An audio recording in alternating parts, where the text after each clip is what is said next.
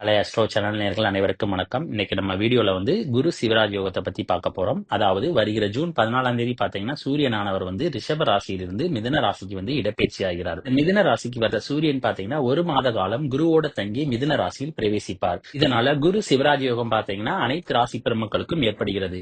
இந்த குரு சிவராஜ் யோகத்தினால பாத்தீங்கன்னா அனைத்து ராசி பெருமக்களுக்கும் நன்மைகள் பாத்தீங்கன்னா நிறைய நடக்கும். அது என்னென்ன நன்மைகள் என்பது இப்ப நம்ம டீட்டெயிலா ஒவ்வொரு ராசிக்கும் நம்ம பார்ப்போம். அதுக்கு முன்னால குரு சிவராஜ் யோகம்னா என்ன அப்படிங்கறத தெரிஞ்சுக்கணும்.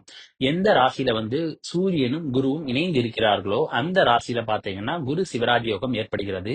இந்த குரு சிவராஜ் யோகத்தினால பாத்தீங்கன்னா ஒவ்வொரு ராசிக்கும் அந்தந்த ஸ்தான பலத்திற்கு ஏற்ப பாத்தீங்கன்னா இந்த சிவராஜ் யோகம் பாத்தீங்கன்னா நற்பலன்களை செய்யும். அடுத்து குருவானவர் பாத்தீங்கன்னா எப்பொழுது சூரியனுடைய நட்சத்திர சாரத்துல இருக்கிறாரோ அந்த சமயத்துல சூரியனானவர் பாத்தீங்கன்னா குருவினுடைய நட்சத்திர சாரத்துல இருந்தார்னா நட்சத்திர சார பரிவர்த்தனை ஏற்படும். இந்த நட்சத்திர சார பரிவர்த்தனை பாத்தீங்கன்னா குரு சிவராஜ் யோகம் ஏற்படுகிறது. இந்த குரு சிவராஜ் யோகத்தினால பாத்தீங்கன்னா நிச்சயம் அவர்கள் இருக்கக்கூடிய ஸ்தான பலத்திற்கு ஏற்ப பாத்தீங்கன்னா நிச்சயம் நற்பலன்கள் அனைத்து ராசி பெருமக்களுக்கும் நடக்கும். அடுத்து மூன்றாவதாக குருவானவர் பாத்தீங்கன்னா எப்பொழுது சூரியனுக்கு சமசப்தமாக வருகிறாரோ அந்த சமயத்துல பாத்தீங்கன்னா குரு சிவராஜ் யோகம் ஏற்படும். அதாவது குருவினுடைய 7ஆம் பார்வை பாத்தீங்கன்னா சூரியன் மேல விழுகும், சூரியனுடைய 7ஆம் பார்வை பாத்தீங்கன்னா குருவின் மேல விழுகும். இதனால குரு சிவராஜ் யோகம் ஏற்படும்.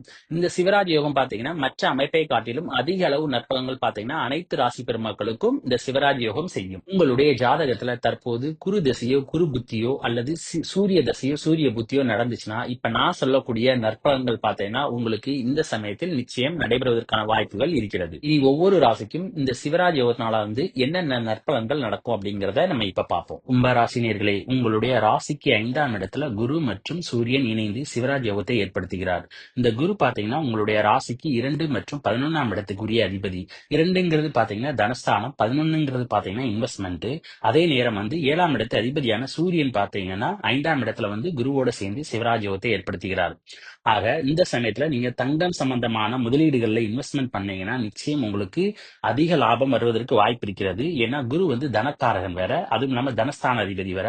அதே நேரத்துல நீங்க முக்கியமா ஒண்ணு நோட் பண்ணணும். அதாவது உங்களுடைய தனஸ்தானத்துல பாத்தீங்கன்னா விரையாதிபதியான சனி இருக்கிறாரு. அதனால நீங்க எந்த அளவுக்கு உங்களுக்கு லாபங்கள் வருதோ அதே நேரத்துல உங்களுக்கு விரைய செலவுகளும் ஏற்படுவதற்கான வாய்ப்பு இருக்கிறது. ஆக உங்களுக்கு வரவுக்கேற்ற செலவுகளும் உங்களுக்கு காத்திருக்கிறது. கடந்த காலத்துல நீங்க ஏதாவது இன்வெஸ்ட்மெண்ட் பண்ணியிருந்தீங்கன்னா அதன் மூலமாகவும் உங்களுக்கு தன லாபங்கள் வருவதற்கான வாய்ப்பு இருக்கிறது. காதல்ல சக்சஸ் ஆவதற்கான வாய்ப்புகள் நிறைய இருக்கிறது. பூர்வீக சொத்துக்கள்ல அரசு சம்பந்தமான வில்லங்கங்கள் ஏதாவது இருக்குதுன்னா இப்ப அது எல்லாமே தீர்ந்து உங்களுக்கு சாதகமான தீர்ப்புகள் வருவதற்கான வாய்ப்பு இருக்கிறது. பட்டா அப்ளை பண்ணியிருந்தீங்கன்னா நிச்சயம் உங்களுக்கு பட்டா கிடைப்பதற்கான வாய்ப்புகள் இருக்கிறது. இல்ல நான் பத்திரப்பதிவு பண்ணணும்னு நினைக்கிறீங்கன்னா இந்த சமயத்துல பத்திரப்பதிவு பண்ணுவதற்கான வாய்ப்புகளும் உங்களுக்கு கிடைக்கும். உங்களுடைய பிள்ளையினுடைய வளர்ச்சியில பாத்தீங்கன்னா நல்ல முன்னேற்றங்கள் ஏற்படுவதற்கான வாய்ப்பு இருக்கிறது. அவர்களுக்கு அரசிடமிருந்து மெடலோ அவார்டோ இல்ல ஒரு பாராட்டுகளோ கிடைப்பதற்கான வாய்ப்புகளும் இருக்கிறது. நிறைய பேருக்கு பாத்தீங்கன்னா போட்டிகளில் பங்கேற்கக்கூடிய வாய்ப்புகளும் கிடைக்கும் அல்லது சொற்பொழிவுகளில் பங்கேற்றக்கூடிய வாய்ப்புகளும் கிடைக்கும்.